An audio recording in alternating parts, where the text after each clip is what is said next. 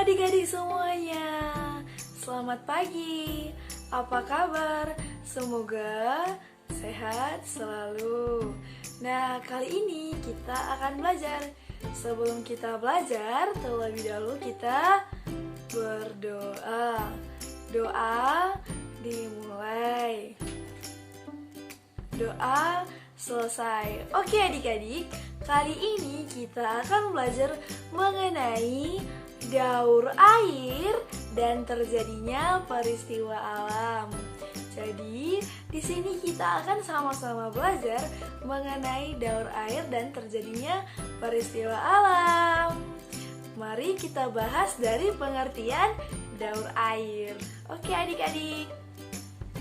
Nah, kita masuk yang pertama, yaitu pengertian daur air.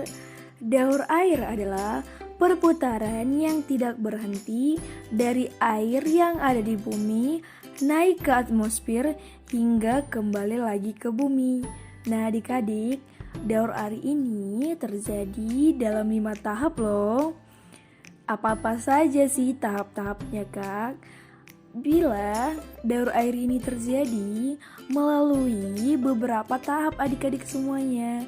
Jadi kita simak semuanya agar adik-adik paham bagaimana sih terjadinya daur air ini. Tahap terjadinya daur air ini adalah yaitu tahap pertama adalah terpapar sinar matahari. Saat matahari menyinari permukaan laut, molekul air akan bergerak. Makin cepat molekul air ini bergerak, penguapan yang terjadi akan semakin besar. Lalu ke tahap kedua, naik ke atmosfer atau evaporasi. Gesekan yang terjadi pada molekul air mengakibatkan air berubah menjadi uap dan mulai naik ke atmosfer. Lalu tahap ketiga, mengembun dan menjadi awan kondensasi. Pada tahap ini, seluruh uap air yang menguap akan naik ke atmosfer. Semakin tinggi uap air, semakin dingin suhunya, sehingga molekul-molekul air melambat dan saling menempel. Saat itulah terjadi pengembunan yang terlihat sebagai awan oleh mata manusia. Tahap yang keempat adik-adik, presipitasi. Titik-titik air terus bergabung hingga awan berbentuk besar dan berat sehingga pada akhirnya jatuh kembali ke bumi atau dinamakan presipitasi. Wujud presipitasi ini dapat berupa air hujan, salju, ataupun kristal es, tergantung pada suhu saat pengembunan. Dan yang terakhir, air mengalir di darat.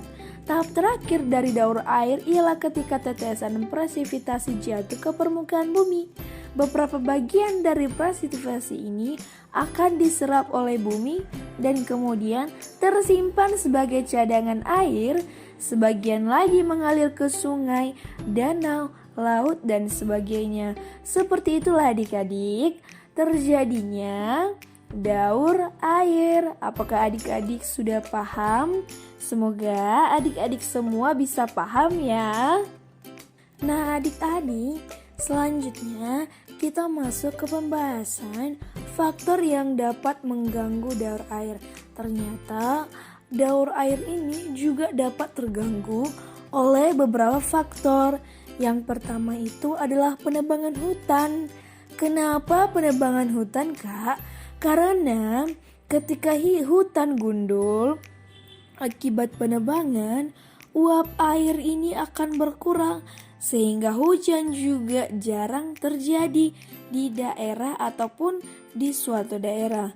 Selain terganggunya daur air, tanah di daerah itu akan kering dan tidak stabil sehingga rawan longsor saat hujan adik-adik. Yang kedua adalah efek rumah kaca. Efek rumah kaca adalah proses alami ketika bumi mengurung gas tertentu agar suhu di udara di bumi lebih stabil dibandingkan planet lain di sistem tata surya. Hanya Aktivitas manusia seperti pembakaran bahan bakar mengakibatkan suhu bumi lebih panas dari seharusnya adik-adik. Jadi kondisi ini bisa dikenal sebagai pemanasan global. Nah, pemanasan global ini mengganggu daur air karena membuat es di kutub mencair. Ketika pencairan ini berlangsung terus-menerus, bumi akan mengalami perubahan iklim yang juga akan berdampak buruk bagi manusia adik-adik semuanya. Nah, tadi kan kita sudah membahas mengenai daur air. Sekarang kita membahas terjadinya peristiwa alam. Adik-adik, seperti apakah terjadinya atau peristiwa terjadinya alam itu? Mari kita bahas bersama-sama ya. Sebelum kita bahas lebih dalam, apa sih Kak pengertian terjadinya peristiwa alam tersebut?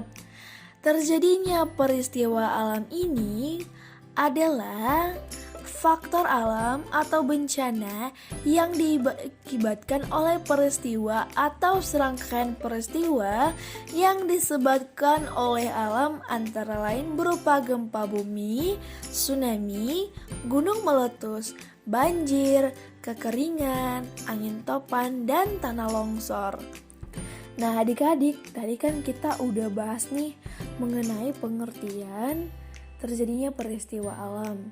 Lalu adik-adik semua pasti bingung, kenapa sih bisa terjadi peristiwa alam Kak? Nah, kita bahas ya.